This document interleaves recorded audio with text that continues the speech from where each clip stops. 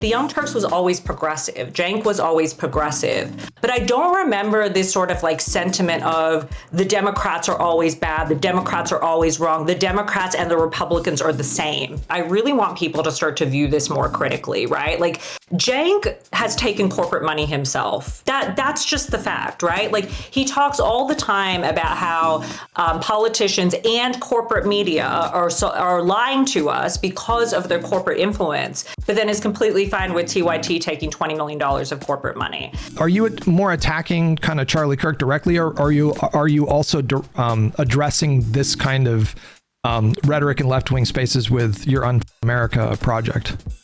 I think we need to do both. I am going to have a conversation with Zee in just a little bit, and what I wanted to do was she had this interaction with Cenk, and she really impressed me in this interaction.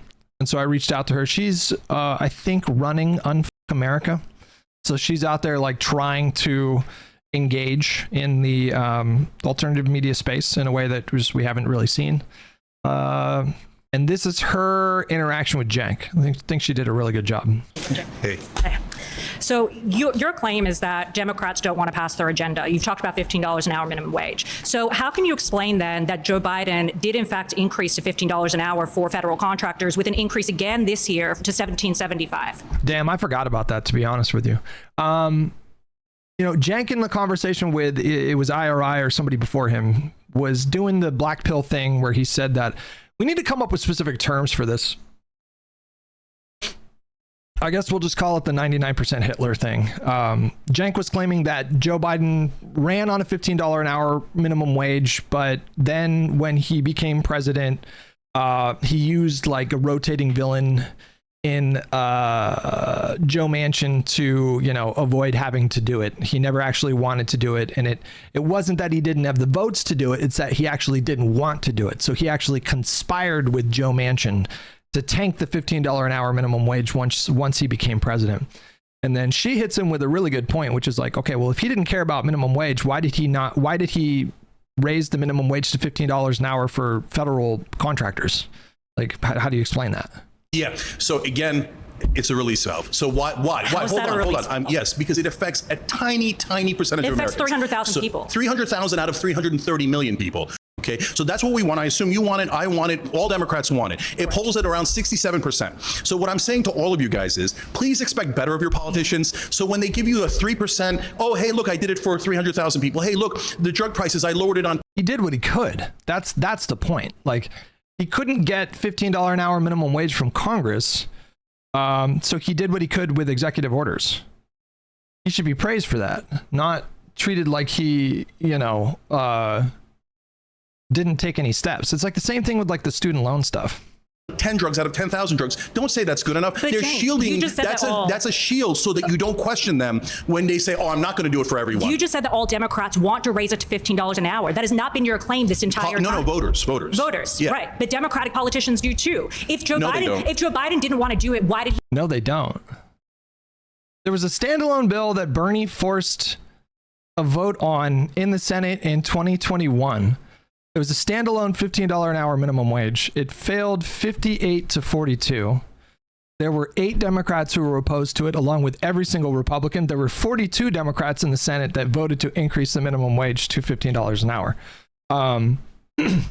It's overwhelmingly the Republicans that block that policy, and a handful of Democrats that are serving in much more like moderate states. He increased it but for federal contractors. So then, he didn't have the votes to pass it. That's exactly what I'm telling you. So what he does is he does it for 5% of people with student debt relief. He did it for 10% of people. He didn't do it for 90%. So he tried to do a blanket forgiveness policy. It was means tested for people making under $125K a year. He tried. The courts told him no. This is why I don't believe people when they say that, Biden should have fought that fight for $15 an hour minimum wage just to signal to people that he cared. Like, people like progressives on Twitter, they just wanted to see him fight for it, even if he couldn't get it done.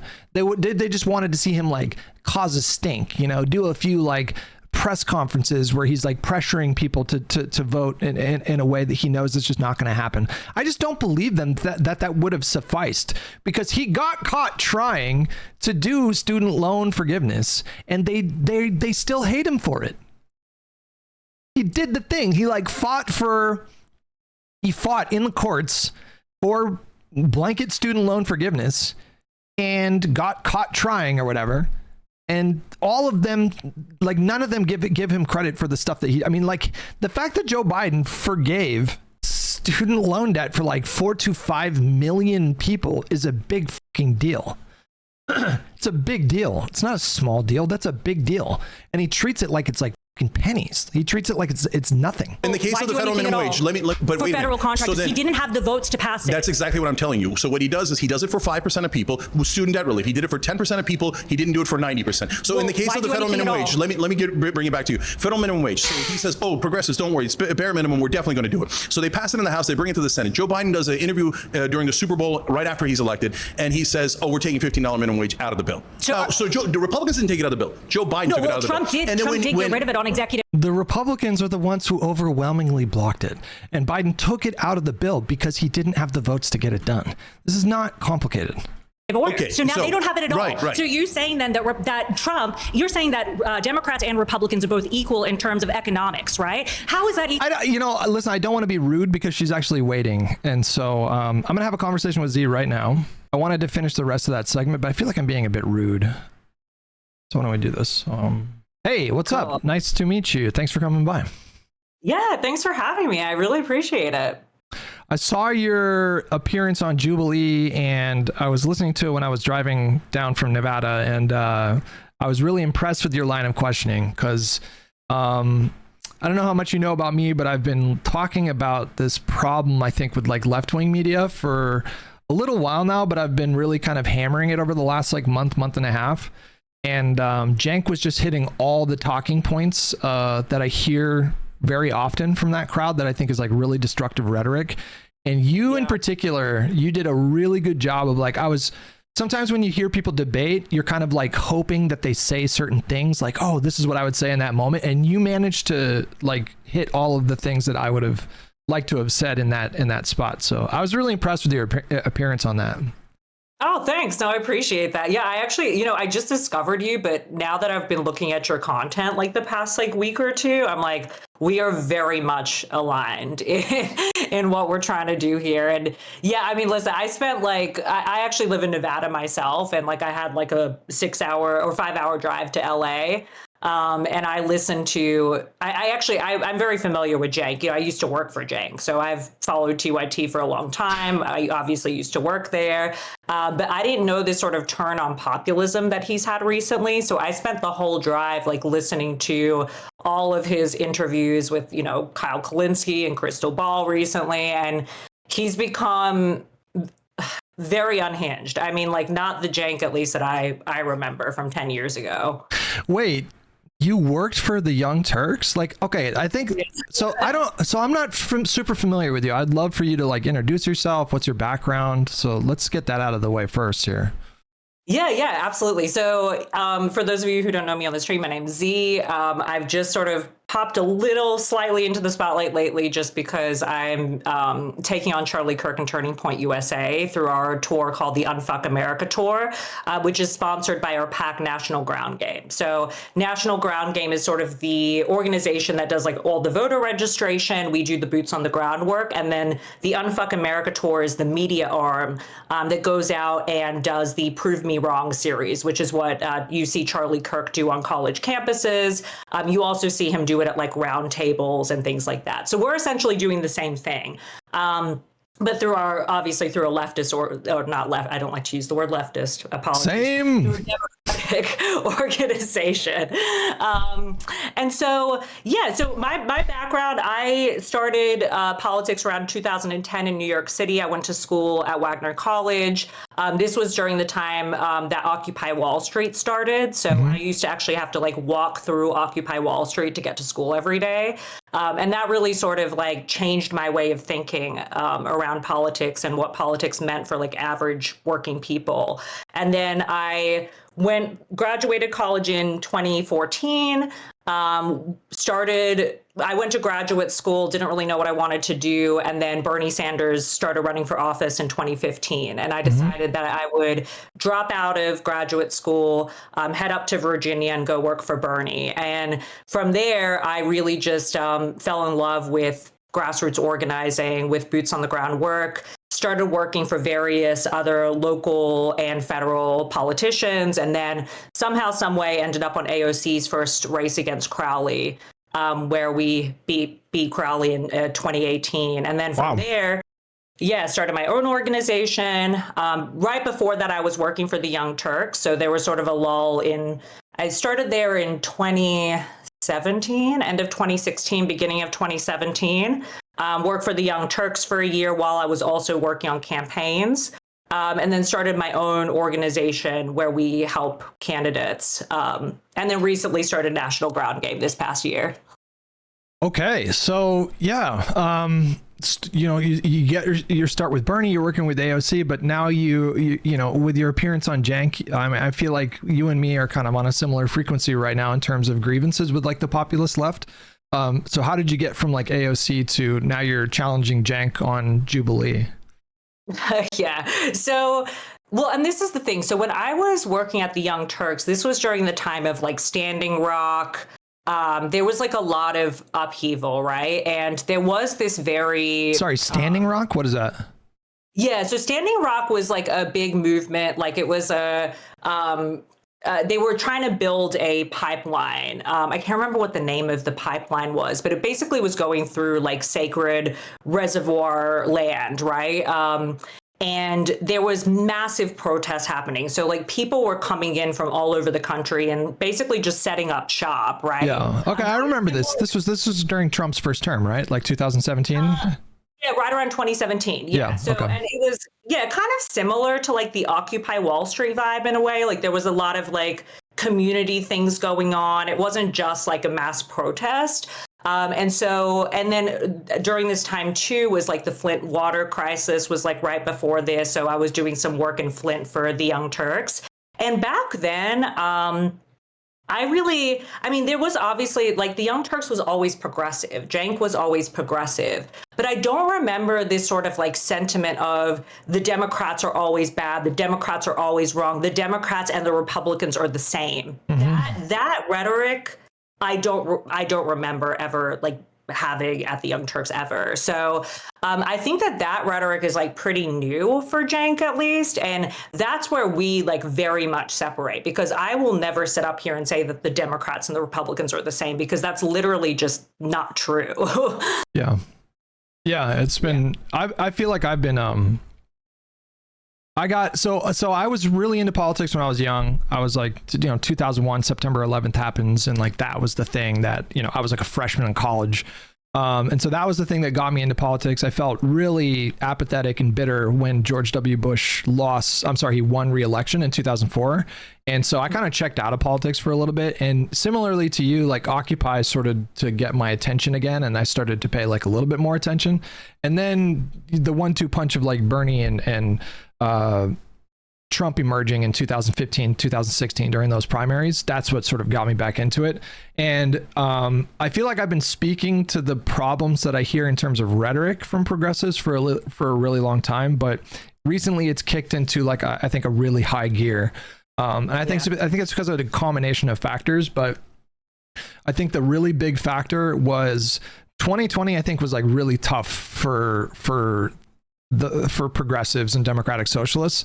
I think, Bernie having gotten so close in a split field, like he was just dominating and then it all just crumbled on Super Tuesday. I think they got like really, really angry after that happened. And then during Biden's presidency, I started to notice these like really insane criticisms. Like a lot of what Cenk was saying, I think touches on the rhetoric that I was hearing a lot from people, which is that, it's not that the Democrats didn't have the votes to get something done.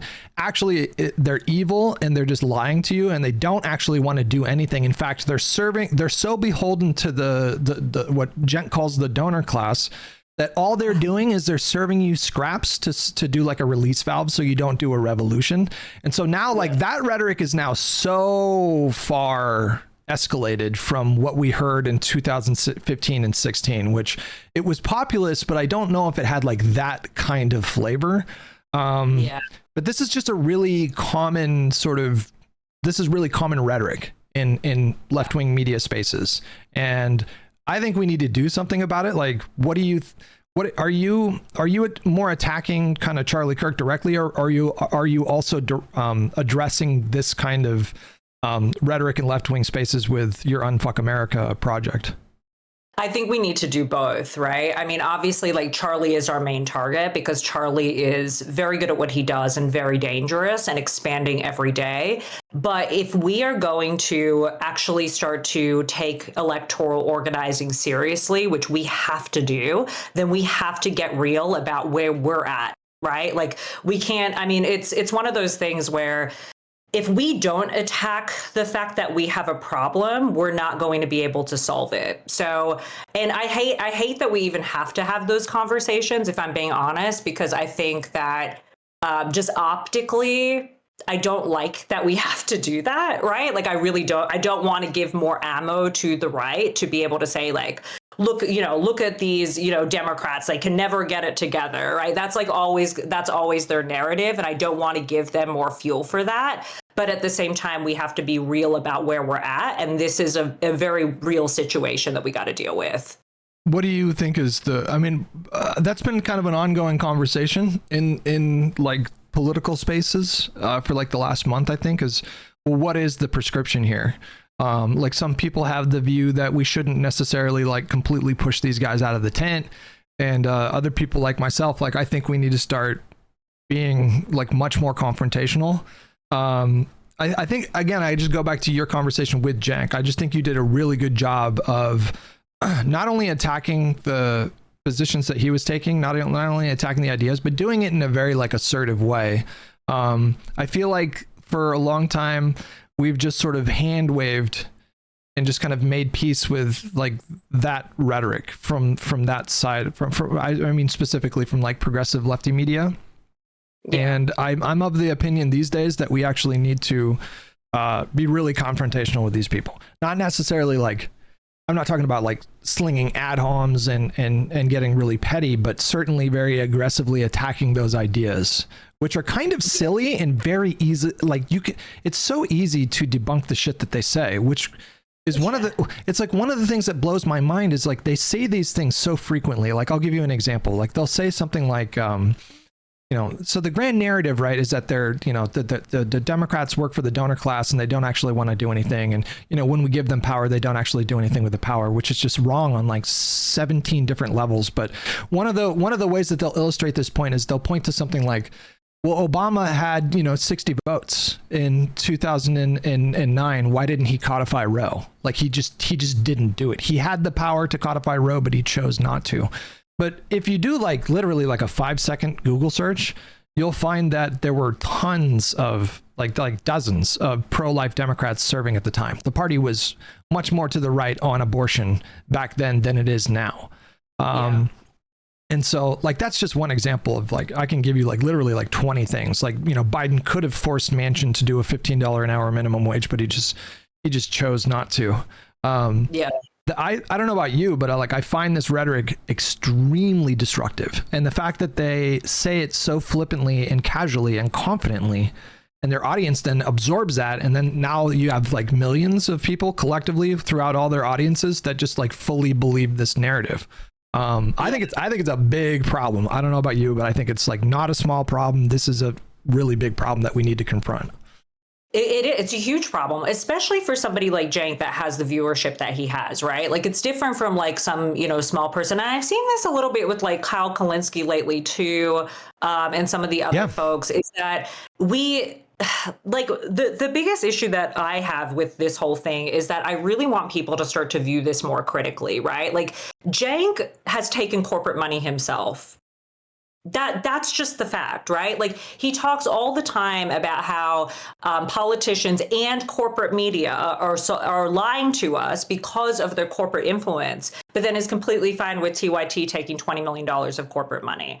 And then goes around saying things like I don't know if you had a chance to see earlier in the debate when I did. Adam was, do you remember Adam's segment with Cenk? And Cenk said to him, oh, put me in Congress, I'll get anything passed in 2 weeks. Yeah. Like, what? I mean, like, we need to be able to think critically enough, like, as Democrats, to see that that's just nonsensical, right? Like, and looking at the hypocrisy of that, along with those nonsensical things, like, we have to get better at not supporting media like this. That is clearly, I mean, to me, this very much is a grift. And I have a big problem with Hassan Piker, too, because I see a lot of the same rhetoric coming from people like Hassan.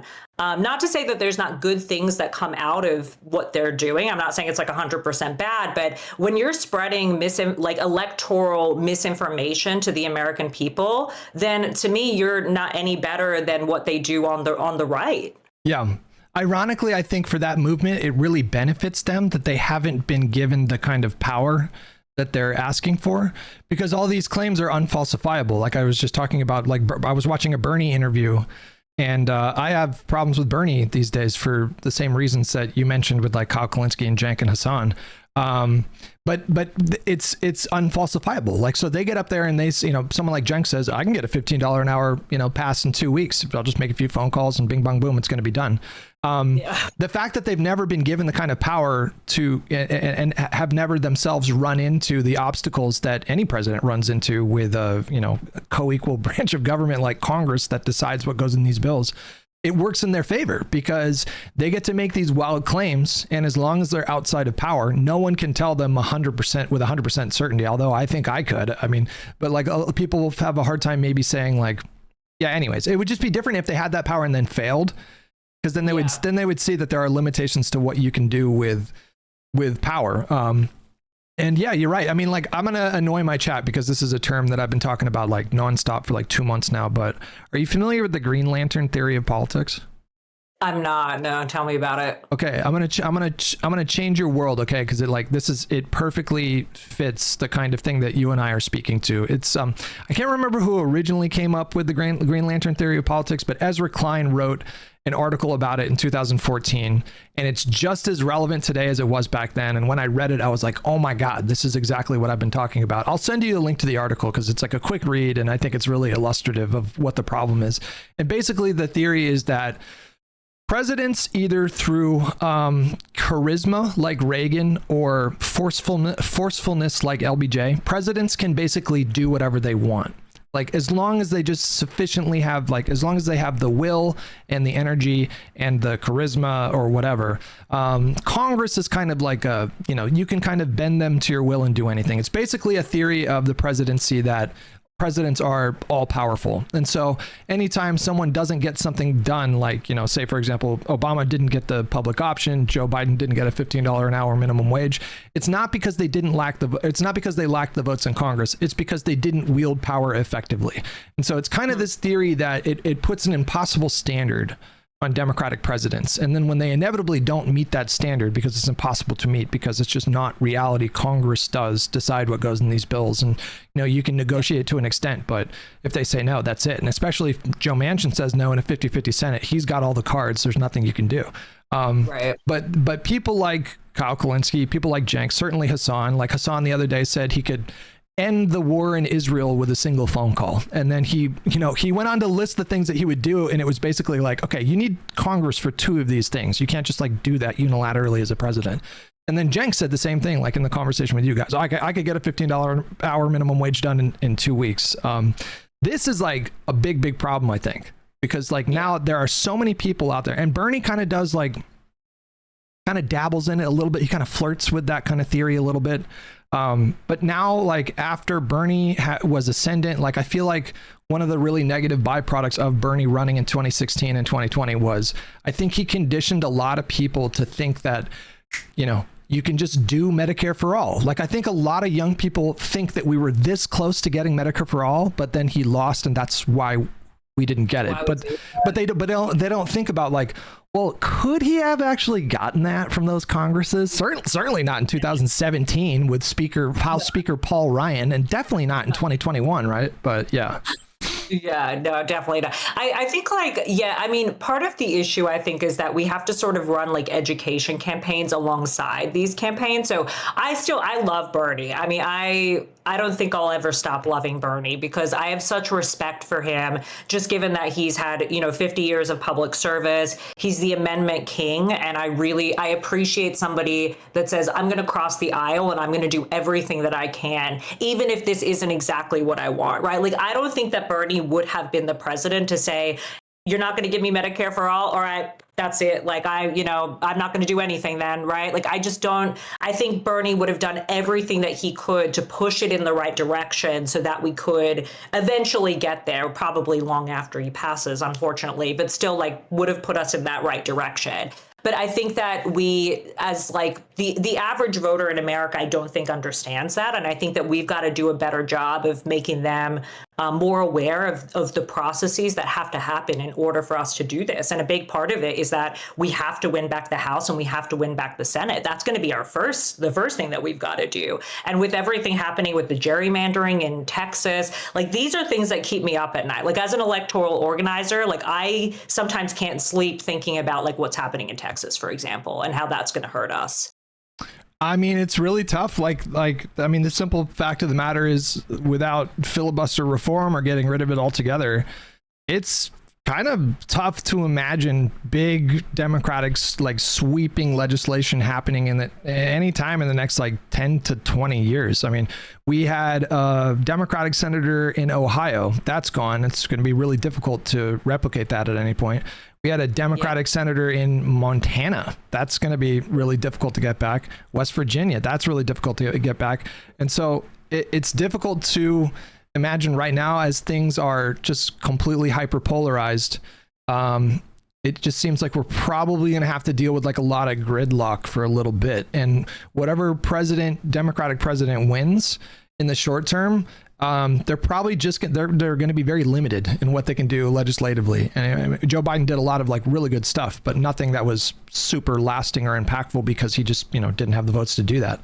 And so I feel like that's a tough pitch, especially to young people who are getting into politics now, and they really care about these issues and they have a lot of energy and passion about these issues. It's really tough to tell them hey, just so you know, probably not going to get Medicare for all for another 15 years at least. There's going to be there's going to have to be some pretty big realignment. That's just not a very inspiring message. So it's not. But here's where I think we can have an inspiring message is that I always say that ideologically I'm a Democrat, but as an electoral organizer, I'm a Republican because I love how the Republicans set up shop in these places like Alaska and Arkansas and these places that we don't even think about as Democrats. We just write them straight off the map, right? We're why would we ever go there? And they set up shop in these places and they literally never leave.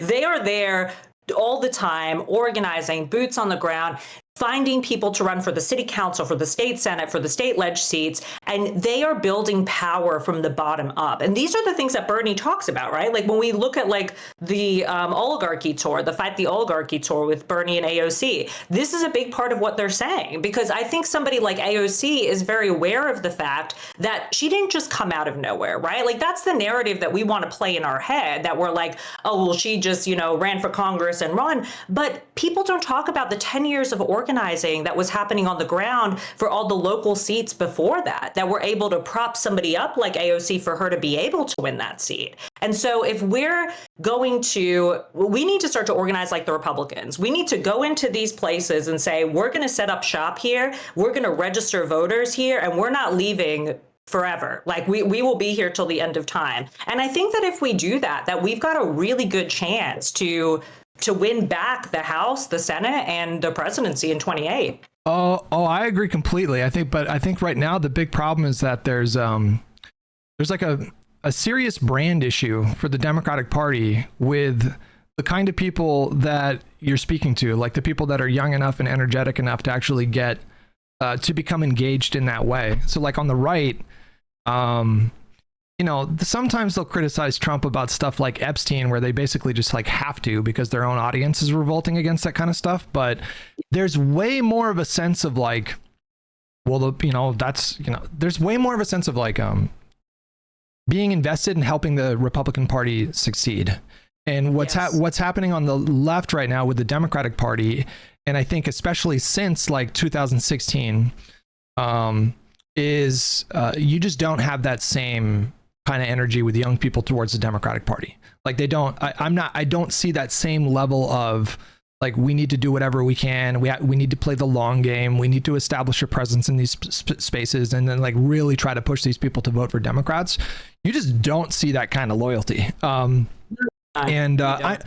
certainly not saying, and I'm sure that you're not saying the same thing. I'm not saying that we need to like foster a movement of people that are, like sycophants and just unconditionally loyal to the Democratic Party in the way that we see from Republicans. I'm not trying to replicate that kind of cult of personality. But if we can somehow convince people that, this Democratic Party, which is a big tent, is going to have a lot of senators and representatives that don't necessarily align with your kind of ideological leanings, but it is our tent, and it's and this is the only way that we're going to be able to stop like basically a rising tide of fascism. I think that could be a convincing pitch, but I feel like people like you have your work cut out for you, because people like Charlie Kirk and the Republicans, it seems like they have like a decade-long advantage on going into these spaces, establishing a presence, and then pushing their message. So like, how do you think we should, if we're not looking to replicate a cult of personality, like what is the most effective way to message to young people to like join the party, like join this big tent? And that means being okay that someone like Joe Manchin is serving in a state like West Virginia. I feel like that's like the big problem. It's like they see people like Henry Cuellar in Texas, or they see people like Cory Booker in New Jersey. A lot of them don't like his Israel position recently, and they see more moderate candidates and they just feel like kind of disgust. They see Pete Buttigieg go on Pod Save America and they think this guy is like literally the fucking devil. He's like this rat. How do we deal with that? Like how do we get like young people to like not have searing hatred for more moderate Democrats? So I think what we got to do is we have to become cool. That's like number one. And that starts with us like quitting this like cancel culture, this tone policing.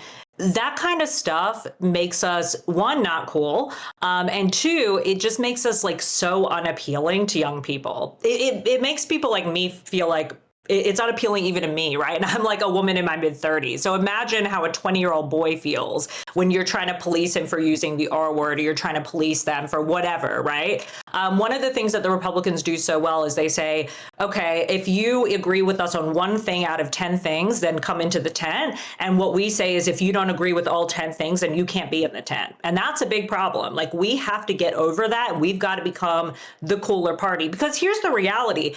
When we talk to these kids at Turning Point USA events, we talk to a lot of them. In fact, when we just had our event in Tampa, 3/4 of the event were kids from Turning Point that were there. Not one of those kids said that they wanted to be at Turning Point because they think Charlie's cool, or they think Trump is cool, or they think Republicans are cool. They don't. Like, they're there because they are told by their parents that this is a good networking opportunity. And when they have people that are wandering around the event, like Laura Ingraham and these like, big figures, right? It is a good networking opportunity. And we don't have anything like that on the left. So if we can provide that for them on the left and give them ideology that's just simply better and that like helps their lives, then I do think we'll be able to get them to move over, because we've seen it. So we really need to just like quit this whole tone policing, like all of this nonsense. And we really need to start like bringing these kids over to our side through that lens without having to do all that like extra stuff. You ran into a bit of trouble early on in your project. I mean, do you feel comfortable speaking to that? I mean, I feel like we're kind of touching on that a little bit with what you're talking about here. Yeah, listen, I'm just a political operative. So if I need to be used as like as the person to ignite these conversations, I'm happy to do that, because I don't like monetize off this or anything. I'm always happy to have those conversations. No, I mean, like, do you want to get into detail a little bit? I mean, I feel like, were you the one that was involved? There was a microaggression, I think, accusation. Was that involving you with that situation? Yes, yeah. I was the microaggressor, apparently. That was kind of crazy. Like, watching that play out was kind of crazy. And it was like, and it was really early on, I think, right? I mean, it was really early on in the like the genesis of this project that you're doing. And to me, it was just like, man, if this doesn't perfectly represent like why those kinds of projects are so difficult in left-wing spaces, I can't think of a more perfect way for this thing to start. But yeah, I mean, can you talk about like your experience of going through that? Like, what did you take from that? Yeah, so I mean, just to give, if people in your audience like don't know much about the story, so basically this only happened on TikTok, of course, because that's where all of this stuff happens. So there was a live that took place about 4 or 5 days before we went to Texas A&M University, which was our first like major, well, it was our first stop, but first major stop of the tour. And there was a group of, they say it was all Black women, but actually wasn't. There was various different people, I guess majority Black women in this live, that I then like, the live was essentially like criticizing the tour and saying that we were unorganized and that we were not centering Black voices and like all of these things. So when I entered into the panel, I basically told them what the goal of the organization was. I said, like, our goal is to bring back the youth vote, specifically the male youth vote, because we lost that demographic. It shifted 9 points to the right in the last election cycle. So clearly, Charlie has got a stronghold on this because he's got thousands of chapters. He infiltrates the fraternities, and we really need to do something about this. And their response to it basically was that, well, it doesn't matter. You need to center Black voices, and you're not doing that, right? And I said, like, the reason why we picked Dean and Parker was because they represent that community, right? So it's not to say we're not going to have like other communities that we're going to like want to tackle. Of course, like for example, in Nevada, we need to tackle the fact that we lost the Hispanic vote, right? 60% of Hispanics voted for Trump, Hispanic men specifically. That's a big problem. And if we're going to tackle that community, we will use an older Hispanic male to speak to that audience. But for this specific audience, we need young white men. And they did not like that at all. And it devolved into a, you know, how a lot of TikTok debates devolve into. Yeah. People getting upset. I caught some clips. It was pretty, I caught some clips and I caught some commentary that other people gave after that whole thing played out. And I was like, man, this is just, yeah. You know, yeah. Brad from Everybody Hates Brad. I don't know if any of your viewers, I mean, he's definitely far more right than I am, but I think he actually gave like a really good overview of the whole drama and what happened. So I'd encourage people to look at it. But it was very interesting because the woman that started this whole accusations of the microaggressions, we actually became like somewhat friends actually after the fact. Oh, wow. Okay. Yeah, and she even considered joining the tour for a brief moment, and she might in the future. I mean, right now she's not, but very well might in the future. And I really chalk that up to, I mean, we were like literally in a battle, right? I mean, this is somebody that accused us of microaggressions. We had all of these people leave the tour over it. It was this huge thing. Did you want to give up like right away when that happened, or did you know that you wanted to like keep fighting to make it a thing? Oh, no, I wanted to keep fighting. I knew that something like this was going to happen. I knew it. I didn't necessarily know it would happen to me directly, but I knew that because I've been in these spaces for over 10 years. I know how I know how this stuff works. I know that something's going to blow up because that's just what we do as like progressives, right? Same thing happened in the Bernie campaign. I mean, there was huge infighting that nobody talks about anymore, but there was massive infighting in the Bernie campaign. And so I knew that something like this would happen. But I knew that if we didn't push forward, that we would be taking a stand of letting the far left continue to ruin our electoral organizing efforts. And we weren't willing to do that. Well, I appreciate you continuing with that effort, because I think it's important for people to see that projects like yours can endure and go through something like that and then still not let it be a thing that defines you or breaks you. The purity testing that happens, I think, in left-wing spaces is just a really, really, really big problem. And I think, like, you know, I've run into this a lot with some people in my own community. I was speaking with Erudite yesterday about this issue, and I think what happens, and I remember kind of feeling like this myself, but I think what happens when you bring up a topic like, okay, young men are starting to like flee the Democratic Party, what can we do to like appeal to them? I think for a lot of people, the instinct is to be like, well, we shouldn't have to. Like, we shouldn't have to be the ones that like educate people, or we shouldn't have to be the ones that like put up with this stuff, or we're like, why are we like, and especially it runs into it just runs into a lot of problems. I feel like there's a lot of like internal sort of like pushback, like people have this instinct to want to push it away. But to your point, I think the reason why I worry about those trends with men away from the party is not necessarily in the short term, although that does create some problems. Like, obviously it was a factor in Trump winning every battleground state this last election. But my worry is that for a lot of the times people kind of cement their political ideology, they cement their kind of like political faction or political identity when they're in their 20s and starting to get into their 30s. And so the longer that, if we lose a young man and he goes over to the Republican Party, the longer they stay in that space, I think it's going to be more and more difficult to pull them out.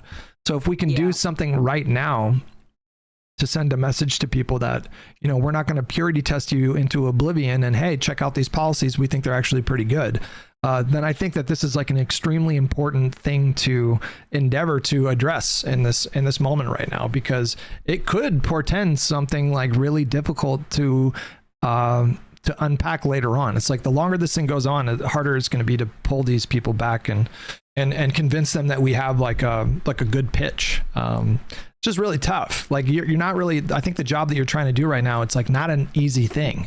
Yeah, it's not easy. Well, it's funny because I think part of it is easy because these kids, most of them are not, they don't have any sort of concept of policy, right? So they're not joining Charlie Kirk or Trump because of their policy, which in a way makes it easy, because it's like, if we can be cooler than Charlie Kirk, which isn't hard, then they'll come to our side, right? But our biggest issue is that when we get them here, then they have to face the other people who are exactly what you were saying, right? Who were saying that, well, it's not our job to be nice to these people. It's not our job to, and sure, it might not be your job, but as electoral organizers, it is our job to do that, right? And so, but what your job is inside the tent is to either be helping us to do that or to just shut up. Because if you're going to continue to like rag on these people and push them out of the tent as we're bringing them in, then that's where our biggest problem arises. Oh boy, there's just, man, we're just, I just feel like we're in such a precarious moment right now. I mean, it is a little challenging to unpack because, you know, you call yourself a progressive still. I call myself a progressive still. Some people have moved away from that label because it's just now associated with, you know, a lot of negative stuff, like the purity testing in particular. And we're talking about like culture issues, but you know, I don't use the R word. I don't think it's a particularly nice word to use. And I don't, you know, I can be a little bit edgy, but you know, I'm 42 now. So like a lot of that edge, I just kind of naturally went away. So it's not like, you know, I think maybe some people hear you say that we shouldn't tone police and tell people not to use specific language. And I agree with you for the record. Like, I think we need to meet like young people where they're at, but it is kind of challenging because you have to have some lines, right? Like maybe you're okay with a young kid using the R word or whatever, not okay with it, but you're not going to like tell them not to use the word, but you would probably draw the line if the person came into your space and started talking about like race science or something like that. So like, how do you decide what is an acceptable boundary or what should be an acceptable boundary in the space? I mean, is there like a formula that you've concocted, or is it just vibes? What is it? Or is it just vibes? You know, I think it's interesting because I really truly believe that line creates itself by whether you're going to vote blue or not, right? Like somebody that's going to vote blue is not going to come in and act like a Nazi. They're just not, you know, it's just like not, or at least like I haven't seen that. So I think that's where the line is drawn, right? I'm the same way as you. I'm in my mid-30s. I don't use the R word. I don't find it like particularly appealing, but I'm not going to tell somebody that's going to vote for a Democrat can't be in our tent because they use it. Like, to me, that's just it. To me, that doesn't make sense, because I think that there's this, and to me, it's also a little bit weird because as like a group of people that say that they hate the police and that, you know, ACAB and all of these things, they sure do love to police people. And I don't think that we should be like the morality police with all of these things. But I think that the line can be drawn at are you going to vote blue or not? You know, if you're not voting blue, then no, you can't be in the tent yet. But that doesn't mean that some of us can't be standing on the outside of the tent trying to pull them in. And that doesn't mean that the people inside the tent can't be just a little bit more accepting of people on that journey, because it is a journey, right? Like, they're not going to just, like, if you're a far right Republican and you're moving over to the Democratic side, we can't just like automatically expect you to be 100% perfect on day one. You're going to have to go through trials and tribulations and learning lessons, and you're going to say some things that are fucked up, right? And like, we're going to have to correct some of those things when they make sense to correct them. And the hope is that eventually you get to a place where you're voting blue and you are a progressive. And I don't want them to co-opt that word. Like, that's another thing that's very important to me. I think that we need to hold on to those words and stop letting the far left co-opt them, because I do think that people like us are progressives. I mean, I just look at my own trajectory. Like, I was definitely drawn to like very leftist philosophers and authors when I was like I read a lot of like Noam Chomsky and Howard Zinn. I was a sociology major, but I was also very fucking edgy back then. And the whole point was, and I don't know if things have really changed all that much, but back then it was about, I think like in the early 2000s or in the 2000s rather, I feel like there was a cultural pushback to like, you know, I was a kid from like the 80s and 90s, and there was a lot of religious puritanical, what's the word? Puritanism. There was a lot of religious conservatism that dominated the culture back then. So even Democratic, like Tipper Gore, for example, she was like raging against cursing and gangster rap and stuff like that. And I think the 2000s, there was a massive cultural like a shift away from that. So that was like the rise of like South Park, and maybe it's like to like a lesser extent like Family Guy, but like Chappelle Show there, and a lot of the comedy at the time reflected this, you know, being really obscene just to get that reaction, like being obscene just to make a point that we shouldn't be policing these things. And so I think a lot of that still remains to this day. I think a lot of young people still maybe have a similar kind of instinct, but you know, when I was like 25, 26 years old, I was definitely voting Democrat in every election that I was voting, but I was saying some outrageous, edgy shit that would have had me completely excommunicated from these spaces. And if I imagine putting myself, you know, I'm back in my 25-year-old body, and I'm like a hardcore leftist, but I'm being told that, or I'm being like really like aggressively like pushed out of those spaces because I was being edgy at the time. I might have found my way to right-wing creators, and it might have been appealing for me at that time to hear them say, we don't care what you say whatever you want. In fact, you know, we want you to say, you know, really outrageous things. Like, I think that might have been alluring to me. And I assume that's happened millions of times with like young guys, you know, but you do. Yeah. So. Yeah, no, so many. I mean, that's where I feel like a lot of these influencers on the right, they get actively recruited, right? By like, a lot of them are Democrats that get actively recruited, and they're like, hey, you know, we can bring you a community. We have these group chats. We can amplify your content. We will continually stick up for you. We can do all of these things that you're not getting on the Democratic side. And by the way, we'll make sure that you get paid really, really good as well. We don't have anything like that on the Democratic side. We don't have like a media infrastructure. We don't have communities and support like that. So that's why we do. I mean, we see people go over to the right quite a bit. And that's something that we're really trying to build up at Unfuck America, is that it's not just about the Prove Me Wrong series and registering voters. It's also about how powerful a media machine can be, and we've never had that on the left ever. And that's gonna be our downfall if we don't get that together. We don't really solidify that in the next year or two. I think we're gonna have a lot of issues with pushing our message. Yeah, it feels like a lot of left-wing creators are on their own like little islands, whereas on the right they're amplifying each other constantly. And to your point, I don't know if we should perfectly replicate what they're doing, because it's kind of insane that in like right-wing circles there are now, there's like 5 examples I can think of off the top of my head of some person going viral on TikTok for like saying a slur, and then the right they'll set up like these GoFundMes and send these people like hundreds of thousands of dollars, and then they literally springboard off of a viral moment of them saying a slur into like a podcast career.